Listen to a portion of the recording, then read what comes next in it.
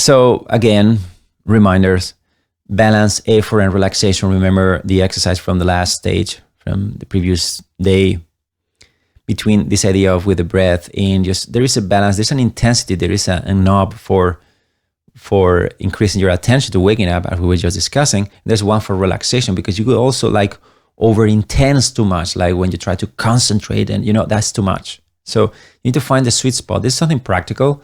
I could keep on talking, or you could keep reading about this as much as you want, but in the end of the day, it's a skill you learn by doing. So you need to start wondering in your meditation, what is too much effort in the meditation, and what is the right word? Give yourself too much slack in the sense that you are too indulgent in your passive and kind of blurry state when you meditate. You don't have to allow that to happen, because then you're missing the depth of the meditation. So expand awareness strategically. So as I repeated this from stage 3 specifically, this idea of narrowing your attention in the breath in this case, or in any object that you will be working on, it is actually not a good idea. And you're something you will try to do that. So you have to keep this kind of also anchoring this whole space around it, but not also outside, but also inside, meaning not just awareness of the other objects coming to you, sensory speaking, or even your thoughts, but inside of you, what is your attention doing? How are you reacting to everything that happens as it happens? There is this whole world of how you're feeling about that. You're feeling this, you're disappointed in you because you couldn't sustain your attention. You are too happy or too confident. And, there's this whole range of inner experiences. So that's when, by awareness, in this case, it's talking about the external and internal kind of awareness, which both of them together make awareness. So curiosity, I love that word. Is interest. A word that I use. Okay, keep interest. I like by exploring subtleties of the experience. So it doesn't have to be you negatively trying not to get distracted. No, the more and more you go deeper, the more you're actually focused, the percentage of amount of time and amount of clarity and balance on the object, it becomes bigger. So there's a whole experience in the object dimension of fascination and how much you can learn through your own breath, for example, in the case of the breath. That's one of the reasons why it's used. Because if you're very much aware of your breath, then you're aware of so many things that are happening to you and that you're experiencing. Most people don't recognize, for example, your mental states or your emotions can be recognized by the patterns of your breath.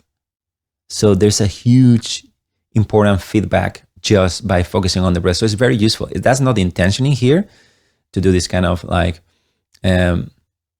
healing purposes, but it does to some extent. There's something that is not mentioned in here, but it's mentioned on the side of the conversation that you will have with your teacher and things like that, where you discuss subtle experiences about this. This is generic, but many times you will find that your breath changes in a certain way, and the teacher will tell you to correlate that with the mental state you have at the moment. There's a huge dimension of fascinating things that will be better than any biological feedback, even heart rate variability, like anything a laboratory or anyone checking your body could tell you.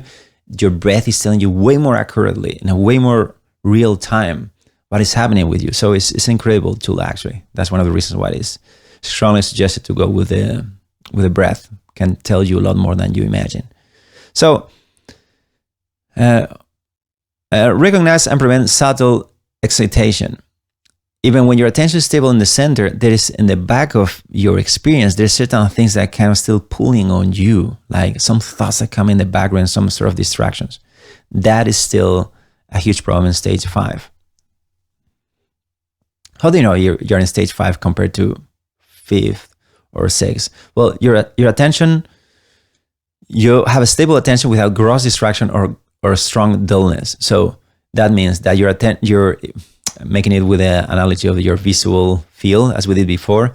In the center of your attention is all the time the object. Gross distraction will be what you will move the center of your vision towards anything else in your periphery, even when you don't lose the breath itself. We're discussing all the time the breath in the center of your attention. That is being able to subside gross distraction. And strong dullness, it is kind of the same thing, but in a different dimension. It's more like intensity of attention as you do it. It's just way more subtle to distinguish that, but it goes more in stage 5. So subtle dullness is the main challenge. So I kind of like put together dullness, strong and subtle. Sorry for that. That wasn't clear. Strong dullness is more intense and can lead to completely forgetting or may not. But subtle dullness, it is that when the attention is steady, but still you find that there is some lack of vividness to it. So it's just like if you had a light, it was as if the light maybe focused like a laser, but imagine that the intensity of that laser decreases. So that's the subtle dullness. Then longer focus with fluctuating clarity. So now your focus is stable, steady, like you're there all the time when you're meditating. But you will still discover a whole new range of subtle dimensions on how can you fine-tune that. And continuous introspective awareness means like in every moment in the situation, you're not just aware of where your breath is, you're aware of how you are aware of it. I know this may sound a bit like a riddle, but there's this two-dimensional. You're not just seeing the object, you are also seeing yourself backwards. So there's this whole, it's not just about you doing the meditation, it's just you start becoming aware of the doing of the meditation, regardless of the object or regardless even in which stage you are. This continuous introspective awareness, this sense, understanding of what are you experiencing internally in every moment of the meditation, it becomes the way you actually establish in this stage, and you go farther from this actually. So effort is refined and balanced. Attention is stable, clear without force or struggle. Well, self-explanatory. So how stage 5 differs from other stages?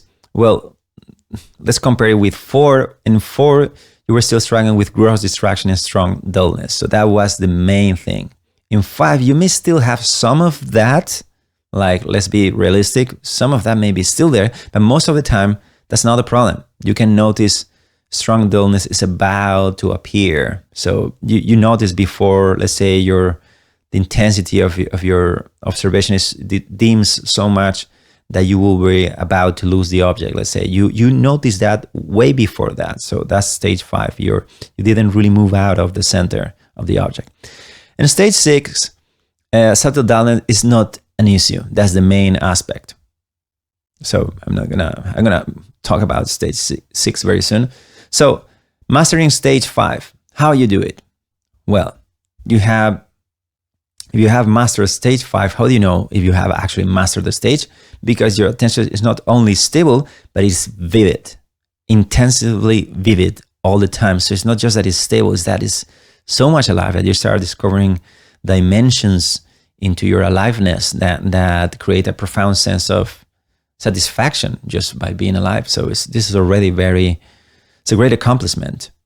So instant detection of subtle dullness. So you're not only stable, you're also noticing when is this factor of intensity in your observation, let's say, and aliveness to it, which is let's say, it should take a while to be aware of it and master that. It's very subtle, let's say. So continuous introspective awareness, I mentioned that before. Effort feels natural and balanced. So there's some kind of effort, as if you were making some sport, but with a lot of flow and ease. So it doesn't really feel like effort. It doesn't feel like you're fighting with yourself. It's a kind of like productive effort. So you sit to meditate and you do this thing, and everything you do seems to be there. Every balancing effort you do is kind of working. So it's not an effort that is tense and uncomfortable. It's an effort that feels active, but at the same time productive, I'd say. Meditation feels energized and engaging. Absolutely. You are there like really alive. It's not a sleepy thing where you take a break from the world on the other side. You actually feel more alive than you usually do. So do not seek stillness by suppressing movement, but find the moving clarity within all movement. I mean, I don't want to go on to explain this with depth, but this kind of captures a little bit of the experience of stage 5 to me, because you start noticing that it's not just something you're just fighting with yourself. It's a deeper kind of balance. And from this point on, actually from stage 6, but you start noticing in here already, it's kind of self-balancing. It's not that you're balancing your attention, you just at some point you start discovering that some way it balances itself. And that's a profound thought for further stages. So the exercise for stage 5 consists, if you're serious about truly understanding meditation, not just the surface level mindfulness hype, but the deep, time-tested methods of the sages, I have a free course with real practical guidance waiting for you. And if you struggle to stay consistent with your meditation practice, join our free community for accountability, live online meditation sessions, and discussion circles that will keep you supported every step of the way. You'll find the link to join in the description or the comments below, so you will never have to do this alone. See you there.